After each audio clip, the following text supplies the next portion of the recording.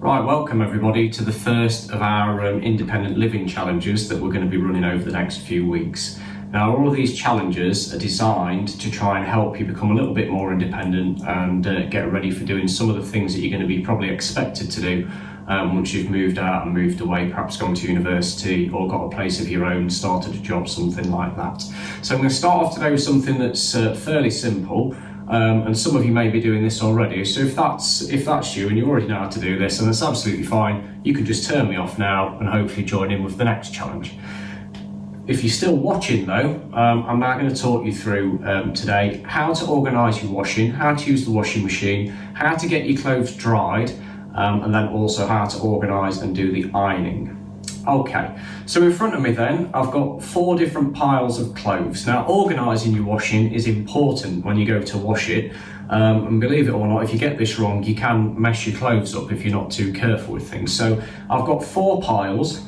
I've got dark colours over on this side. So these are all the really dark things I managed to get out of the washing basket. So we've got like some dark jogging bottoms, a hoodie, there's a fleece there, there's some little t-shirts and things, some socks. But all of them are sort of on the really dark end of the colour spectrum. So you've got like navy blue colours, very dark grey colours, blacks, things like that. I've then got a separate pile of bright colours. Now in your bright colours pile, you've got obviously things like your reds, there's greens, there's pattern things like that, okay. I think Joe Wicks's trousers are in here somewhere, there they are as well, look. So stuff like that where it's really, really bright, vibrant colours. We've then got another pile here of lighter colours, okay, so rather than being the bright vibrant colours, these are light colours, and this tends to be sort of your pale grey colours, or it could be white if they've got some other kind of pattern on. People might find this controversial, this pile, but I've put this t-shirt in here, it belongs to my son, that's got some white in it, but obviously it's also got some colours in it too, so I'm going to put that in with light colours in the hope that it will keep that white fairly white and not stain it a dark colour, okay? Then on the end I've got my pure white pile, so for that one you can only really put stuff that's pure white on it. The only thing in this pile at the moment is a t-shirt and some pairs of white socks, and the only thing really on that t-shirt that's not white is the little Adidas logo there. If it had got a really big logo on it or really big patterns on it, then I may have considered putting it into the light colours pile, but because it's mainly pure white, I will keep it there. Right, you will join me in a moment then by the washing machine, and today, because it's the biggest pile, we're going to be washing the dark colours. Okay, so you join me by the washing machine. So the first thing I'm going to do then is I'm going to check, as I'm putting things in the washing machine, that there's nothing been left in any of the pockets. So anything that's got pockets in it, I'm just checking those pockets quickly, make sure there's nothing in them that could damage the washing machine. Or if you've ever been in the situation before where you've left a bit of tissue paper or something in your pocket, well, you'll know what I'm talking about, because the tissue likes to disintegrate in your washing machine and cover everything in little bits of white fluff that sticks to everything. So check your pockets when you're loading things in. Try and load things in fairly evenly. You might want to turn some clothes inside out as well, particularly if you've got gym clothes on or something like that that you've sweated in, turn them inside out and then just gently get things loaded in, and just make sure that you don't overload it, okay? You really don't want the pile of clothes to come up more than about halfway up the drum in the washing machine. The reason for that is, as the washing machine turns, if the washing isn't sloshing around and all coming into contact with the detergent, then it's not going to wash very well. In fact, a phrase I've been taught before is, if it ain't sloshing, it ain't washing. So remember that. Right, we'll get the rest of these things in. And then I'm using washing powder today, so I'm not going to put anything into the drum itself. If you're using liquid washing powder and all-in-one, you'll probably have a little plastic container that you can then sit on top of your washing and then select your washing program. Because I'm using powder and softener, I can close the door now. Right, the next thing then is I've gently opened the drawer, and I've already checked on the manufacturer's instructions for how much washing powder I need to put in, and I'm just going to really gently get that into the washing machine drawer without spilling it. I'm putting it in the correct compartment. You'll have probably a compartment labelled as number 1 or number 2, and then you'll also have one that's got like a little kind of flower symbol on it. That's for softener, so don't put your washing powder in with the softener. So the washing powder's gone in. Now I'm going to just put a little bit of softener in as well. not too much. Just taking time not to spill any of it. Make sure that's closed properly.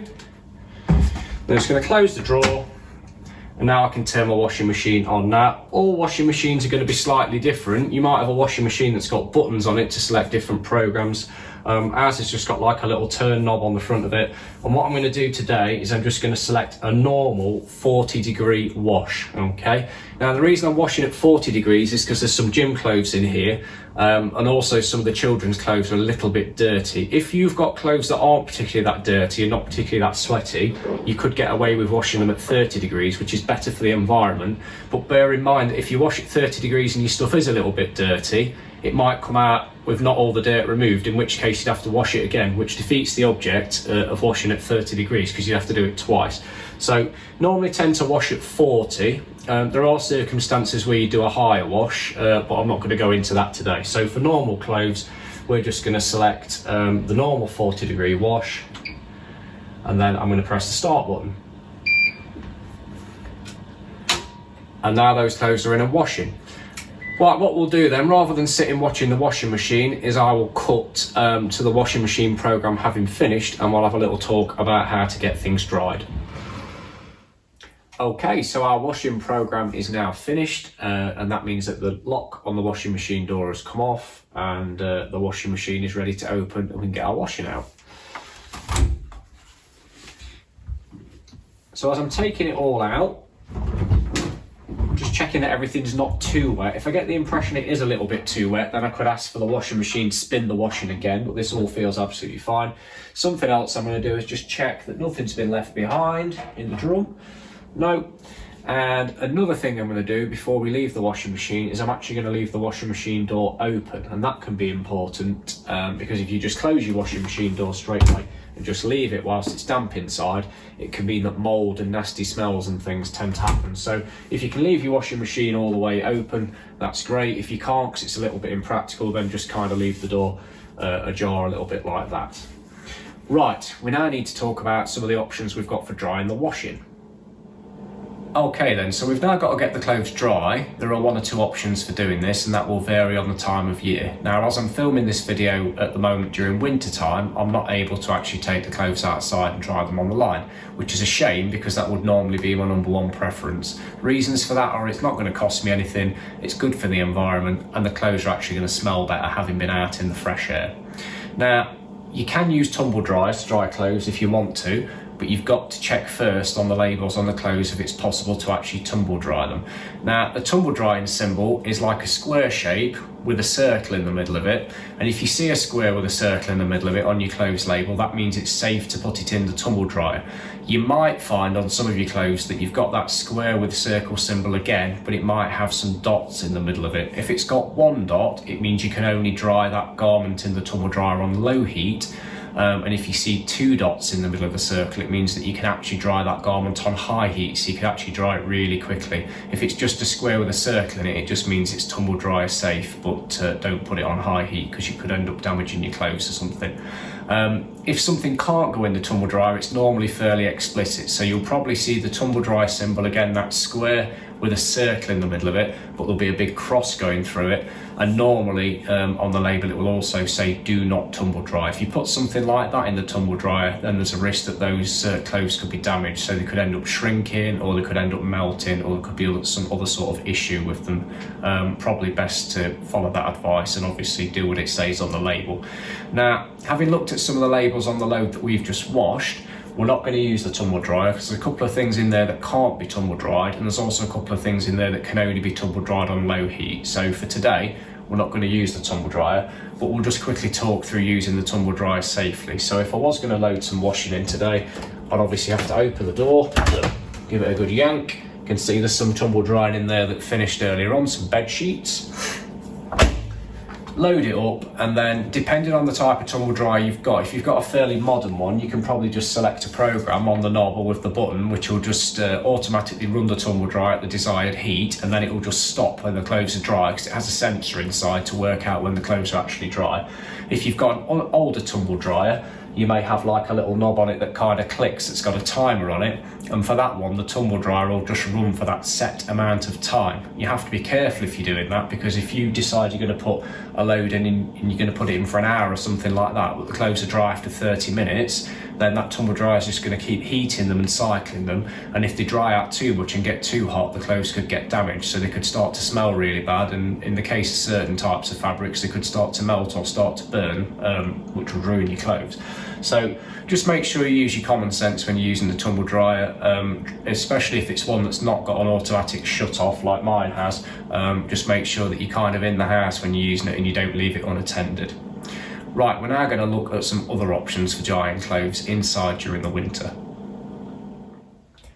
Okay, so another way of drying your washing is to use something like a radiator hanger or a clothes horse, or something like I've got here, which is an indoor washing line.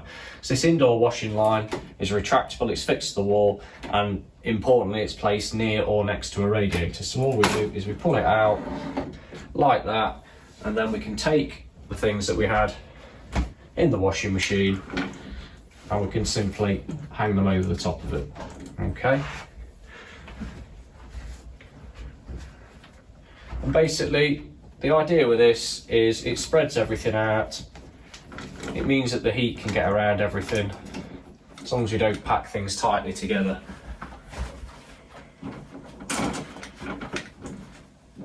And then once the heating kicks in, or even if the heating's not on all of the time, these clothes will now slowly dry. Now I'm not going to film myself putting them all on there, but what we will do is we'll come back later once everything's dry and we'll start to look at some ironing.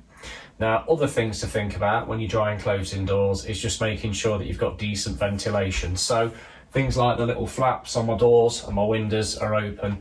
If it was slightly warmer outside, then I might think about having the door open slightly or one of the windows open slightly, or perhaps even one of the extractor fans on as well, just so that we don't get all that moisture and all those smells of the clothes drying sort of lingering around the house.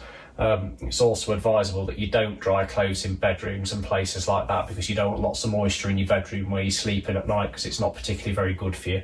So you tend to be drying clothes, if you can do, outside of your living areas. So try and dry them in places like kitchens or utility rooms, maybe bathrooms and places like that, but avoid bedrooms, avoid places like your living room.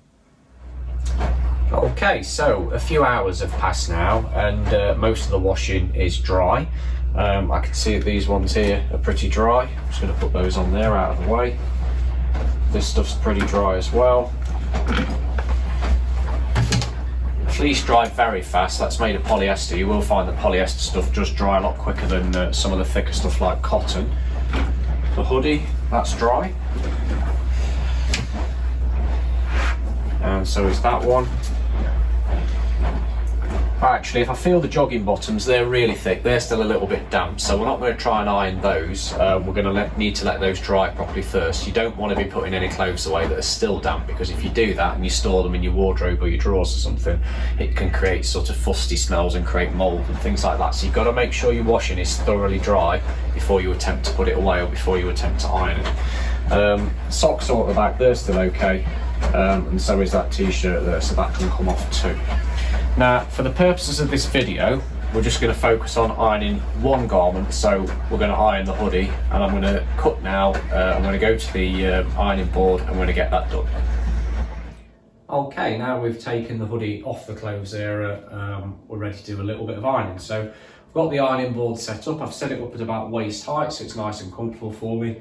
I've turned the iron on and the iron's now heating up, and I've checked that it's got a little bit of water in it, and that just makes sure that we can use the steam function if we need to. We're probably not going to need to use steam today, but I'll explain what steam's for in a minute. I've also got myself positioned with my back to the wall and the ironing board on this side of me, and the reason for that is it means I can plug the iron in against the wall behind me, and it creates kind of a safe space here that nobody else can move through. I wouldn't want to be on this side of the ironing board, because that would allow people to go through there, and that would potentially mean that somebody could trip over the iron cable. And if they tripped over the cable, or you've got pets, little children or something, they get caught on it, it could mean the iron falls off the ironing board, and obviously the iron is heavy and it's obviously very hot. Okay, so I'm ironing on this side of the board just so it's nice and safe and nobody can go through this space. Okay, right. So the hoodie itself, I picked this on purpose because it's actually got like a transfer type logo on it. That's not stitched into it, that's printed onto it, and that cannot be ironed. This garment can be ironed, but the logo can't. So the way that we get around that is we turn it inside out. So I'm going to turn it inside out, and by turning it inside out, it will also give us a chance to have a look at the label inside of it. And the label inside of it will tell us exactly what we're allowed to do with it in terms of ironing. A little bit like we mentioned with the tumble drying label earlier on. Most garments will tell you sort of what the crack is with ironing and things like that. And I can see on this particular one, I can iron this, and I can iron it on a medium heat. And the logo that you're looking for on the label this time is an iron shape. And within that iron shape, there'll either be 1 dot, which means you can iron the garment on a low heat setting, 2 dots, that'll mean you can iron it on medium heat, or 3 dots, meaning you can iron it on high heat if you want to. That makes things straightforward with the iron that I've got, because the iron's got 3 settings. It's got a 1 dot setting, a 2 dot setting, and a 3 dot setting. Your iron might be slightly different, so just make sure you check beforehand what the different settings are and how they kind of relate to exactly how hot it's going to get. Okay, so we check the label, we can do this one on medium heat. The iron's set to medium heat, so we just need to get things ready to iron. So we're going to lay it nice and flat. Now the good news is with this, because as soon as we'd taken it out of the washing machine whilst it was still wet, we hung it on the clothes area, most of the creases actually have dropped out of it. So this is going to be really, really easy, really, really simple and straightforward. So I've got it laid nice and flat on the ironing board. And then all I'm going to do is just really gently just move along it, not holding the iron in any one place for too long. You can see a little bit of steam's coming out. And literally move that across. And again, just that wriggling motion. It was so simple. This one's barely got any crease in it again, but that's to do with how we'd stored it and how we dried it after we'd had it in the washing machine. I'm going to do the sleeve. So again, just getting that nice and flat, making sure there's no creases underneath as well, otherwise they'll get ironed into it. Just gently moving along. And this time, I'm making sure I'm not going over that edge there, because if I go over that edge there with the iron, it will iron a crease or like a pleat into my hoodie, which I definitely don't want. Whereas with certain things, perhaps if you're wearing like a pair of trousers, because I mean you want like a pleat down the centre, you would deliberately iron that in. But with a hoodie, we definitely don't want that. So we're just kind of making sure we stay away from the edge. So that's that sleeve done. Moving on to the next one. This one's slightly more stubborn. It's not the right way around yet. There we go. And again, just making sure that's nice and flat. Gentle pressure. And I'd say that's pretty much done. It was very, very simple and easy to do that one again, because it wasn't particularly that creased. If you've got something that is really creased, because maybe it's been washed, and then maybe it's been left to dry perhaps in a pile or something like that, or it's not been hung as it's been drying, then you may need to stretch the garment over the edge of the ironing board, and you may need to use the steam. Now the steam on your iron, when the steam comes out of it, you can press the steam button like this, look. There we go, bit of steam. By doing that, by releasing the steam, it will get rid of some of the more stubborn creases. But obviously you don't want to release too much steam, because then you can start getting things damp again. Okay, so if this had been really creased, I might have sort of pulled it over the edge, got it a bit tighter, and then kind of gone for it a little bit with my steam setting, a little bit more pressure to get those creases out, but we don't need to do that with this. Right, that's been ironed then now. So rather than kind of just chucking it into a pile, because if I do that while it's still warm, it will end up getting creases in it again, which we definitely don't want, is I'm going to put it on the coat hanger. I'm just going to let it hang, and basically that's ready to go into a wardrobe now. And hopefully by getting it in there whilst it's still warm, while it's just been ironed, it'll mean it won't end up getting any creases, and it'll be fine to wear the next time I come to use it. Right, last thing to do then is got to make sure we turn the iron off. So that's off now at the mains.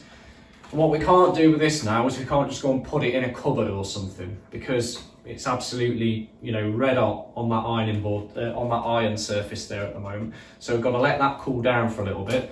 And what I don't really want to be doing is leaving it unattended, because I've got small children in the house, so I can't just leave it here. So I'm going to go and put it somewhere safe in the utility room, leave it on the side to cool, and then once it's cooled down, I'll put it away properly, and I'll put the ironing board away properly as well. Right, today then, we've been through sorting washing, operating the washing machine, showing different ways of getting things dried, and we've done a little bit of ironing as well. Your challenge then, as part of our independent living PSE tasks, is to see if you can take over your family's laundry, your family's washing for a full day within your household, get things organised, get things washed, get things dried, and get things ironed. Okay? Good luck.